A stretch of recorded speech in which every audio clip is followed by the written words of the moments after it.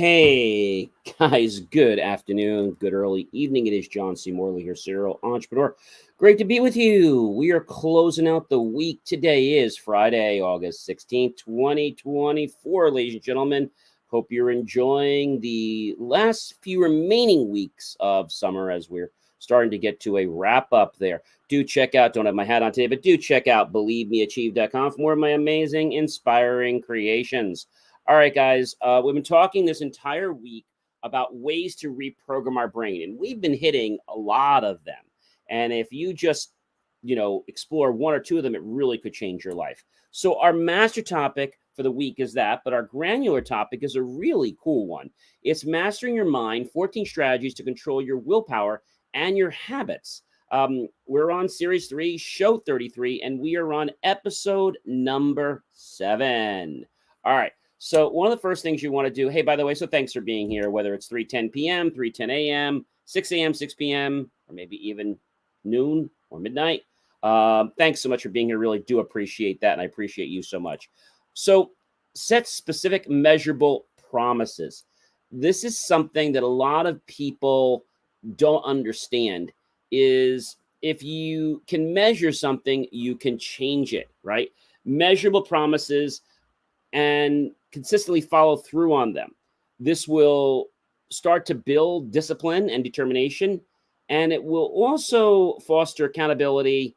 And the measuring and the tracking progress will allow it to be shared with other people you trust and provide external support and also enhance your motivation overall. So that's a good place to start. If you can't measure it, well, then you can't change it. All right. So use the OKR approach. What, John? The OKR. So OKR has been around for a while. It stands for Objective Key Results. And it can boost willpower by providing clear, measurable goals. So you set a specific relation to what you want to do in your willpower, such as resisting a bad habit, divining a key result to track progress, maybe a daily success rate, or maybe even improvement metrics. It could be a lot of things. And this method will bring structure and accountability and aid you in your willpower challenge. So lots of great stuff here. And I know we're going through these things quickly, so feel free to watch this stuff over and over again because let's face it, ladies and gentlemen, these nuggets are so powerful, but if it's the first time you're hearing them, they're just going to go right over your head. So it's important that you make a choice to have this be part of your life. Okay, that is very, very, very important. All right, so you want to focus, ladies and gentlemen, on new habits, building new habits. Old habits are hard to change, people say. And it's much easier to build a new one than to change an old one. So if you build a new habit and the new habit kind of like gets in the way of the old habit's going to just kind of drop out a lot easier than you trying to just change it. Focus on the efforts of building the new habit and the behaviors that allow you to develop that behavior that you want to move toward. And the rest will just sort of fall by the wayside after you put some discipline into that. But it will be a lot easier to do it that way than to do it other ways. All right, guys. So thinking about this is very, very important. Start, ladies and gentlemen, with achievable promises. Yes, start with achievable promises. And so achievable promises is a key in life, okay? Think, you remember Goldilocks, neither too easy nor too hard, but just right. Remember when she came into the house and first thing she did is she sat on it was started out with the baby bear's chair, and it was basically it was not comfortable, right? It was too small, and she broke it. Then she went over to the mama bear's chair, which was a little bigger, and it was just not good, right? It wasn't working either. So then she went over to the papa bear's chair, and it was just right. Same thing happened with the porridge, if you remember. She tasted the baby bear's porridge, and it was too cold. She went over to the mama bear's porch, and it was too hot. She went over to the papa bear's porch, and it was just right. So, choose a small daily objective. Push toward consistency and track progress. Celebrate your wins along the way and gradually raise that bar. Okay. Setbacks should be acknowledged as a valuable part of a learning experience. And this incremental approach will build discipline within you and set you up for what you need to have that professional and personal growth that you have been aspiring toward for such a very long time. All right, guys. So thinking about that, thank you so much for the like, MD. Really appreciate that. Great to see you. Thank you for the nice stream. Thank you. I'm always doing well. Thank you. So when we think about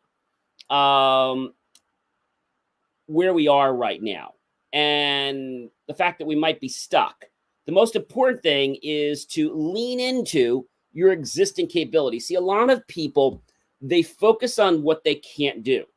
Maybe they're not a good writer. Maybe they're not a good runner, but they might be a good facilitator, or they might be a good reader, right? These are all great things that people can do. And so leaning into existing capabilities is something a lot of people don't realize, but it can give you an edge. So do you know what you're good at doing? Do you know what you're passionate about? Things that are easier for you will find their way into your life along your destined path toward where you're meant to be. But it takes the fact that you've got to lean into them just a little bit and realizing that if something doesn't go the way you want, if it doesn't manage the way you want, breathe into it a little bit. Maybe there's a lesson to learn. And that lesson, once you learn it, will help you get over that little hurdle that you have, right? Because, see, the hurdles will disappear once we make a choice that we want to get rid of them, right? In the Army, they have the wall, right? So you can either climb the wall. Now, some people can't climb the wall. They go around the wall. Well, that's not the right way, right? But then there's also the way of getting help from your peers.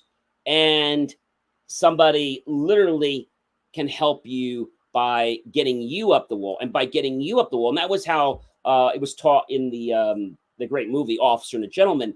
And there was a lady, and she was one of the first ladies in the platoon there. And she couldn't make it over the wall.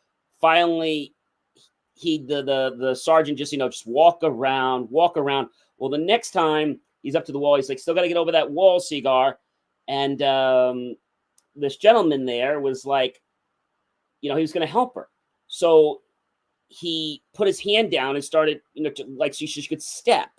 And as she got that step, another person helped. She got to a part where she could grab on, and then he was able to get over. So that was really a very not selfish, but selfless thing to do. It wasn't selfish. It was a selflessly thing to do. So when we're thinking selfless, it's one thing, but being selfless means that we're thinking about others. All right. So that is a very, very, very cool thing. All right. Why don't you take notes of the situations where you are maybe more impulsive? So one strategy is to, like I said, take notes of the situation where you tend to be more impulsive, and maybe you show up differently when you're feeling stressed. Do you feel differently when people give you an accolade, when people tell you, that you're handsome, or that you're beautiful, or that you're great at what you're doing, or you're at the top of your game? Being aware of these specific triggers will help you plan to avoid them in practice in your ability to control what it is you need to do next. This is really, really key in life, and it's something that you've got to start with day one. Our next point, share with others that you are working on it. This is a real hard thing for some people to do because you have to open up that you're vulnerable, right? That's the first thing. And so one step that you can take is to improve the willpower of yours is to share with others and that you're working on it. And many times we try to tackle changes in our behavior on our own, and we fail. And when we decide to invite others in with us, okay, a peer, a friend, a family member, a significant other, etc., we go from struggling to improvement to victory. And you know what? They also encourage us. So things that might seem hard for us, we're able to just do because we suddenly have a friend, right? A journey is always a lot shorter when you have a friend along. Focus on your life purpose. Now, a lot of people focus on what they shouldn't be doing. When you focus on your life purpose, your willpower gets like 10x driven by the intrinsic factor of motivation. And it's going to depend on individuals, how you perceive things. Remember, we said perceptions create reality. And people also need rest to get the energy they need in order to develop willpower. So remember that rest is a key. Don't try to do the whole mountain in one day. There's no need to cover that whole trail, right? Next point, follow the 10-minute rule. A great practice for willpower is the 10-minute rule. Maybe you feel an impulse to indulge in a bad habit. Wait 10 minutes. This brief pause allows your rational mind to catch up with your impulses and say, you know what? I think there's something better that I could actually do. So why not try it next time? When something is coming over you that you feel is going to put you in a position that you'd rather not be in, start implementing the 10-minute rule. All right. All right, ladies and gentlemen, how about creating an environment that makes tasks easier? Not hard to do. When we're talking about willpower, you need to create environments that will foster in this. They'll make it easy. Willpower won't get you out of bed on a cold morning to go for a run, but knowing that your running gear has already been set aside the night before for you gets you in. However, now you're like geared up. When I get ready to do a run all the time and I'm all set for it, I'm in a good mood to do it. And I know I'm going to listen to my music and it's just great. And I want to do it. And that's a great sign when, you're hyped up that much. Ladies and gentlemen, so many people focus on the big wins, which is nice, but why don't you focus on the small wins? Small wins are important too, aren't they? Sure they are. So focus on them. When you focus on the small wins, you'll have bigger wins that you can celebrate. It's kind of like the gratitude philosophy. Focus on small things you're grateful for, and more things, smaller and bigger, will appear that you can become grateful for. Did you know that it takes about 66 days to build a new habit? And you may need to unlearn some bad ones in the process. Notice and celebrate every small step that you take in a desired direction. Then write it down and reflect on the progress you've made. Sometimes we're only focused on how far we want to go that we forget to see how far we've already come. So don't forget, ladies and gentlemen, to look back on that. That is an amazing accomplishment. Look at all the great things you've done in your life. Do something you don't want to do. Well, that's a challenging one for a lot of people, right? Maybe it's exercise. It could be a lot of things. Do something you don't want to do, and you're going to find your day will just kind of really take off. One thing, many years ago, I got in the habit of making my bed every day. You might say, John, what's the big deal? I don't know, but it's something about that concept that once I've made my bed, like my day can start. And I didn't want to make it, but now it's like I don't want to say I enjoy doing it, but I check it off my box. Like it's a great thing I'm doing, right? Pick something safe that you don't want to do and do it. And avoid looking at your phone during meetings. Practice until it's easy. Challenge yourself. It could be about sleep. It could be about nutrition. It could be about physical exercise. It could be about some other vice you have in your life, alcohol, etc. Right? And realize that you can stay away from that if you want to. All right. Next one. Try willpower priming. This is one of my favorites. Start the day with a challenging task, such as a short workout, a meditation, or maybe a healthy breakfast, and achieve your success early in the day. Boost motivation and self control, and make it easier to handle bigger challenges and resist temptations throughout the day. Over time, the priming effect strengthens, and it's just like a natural thing. It's like a go to for you. And it helps to breed a environment of healthy habits and success.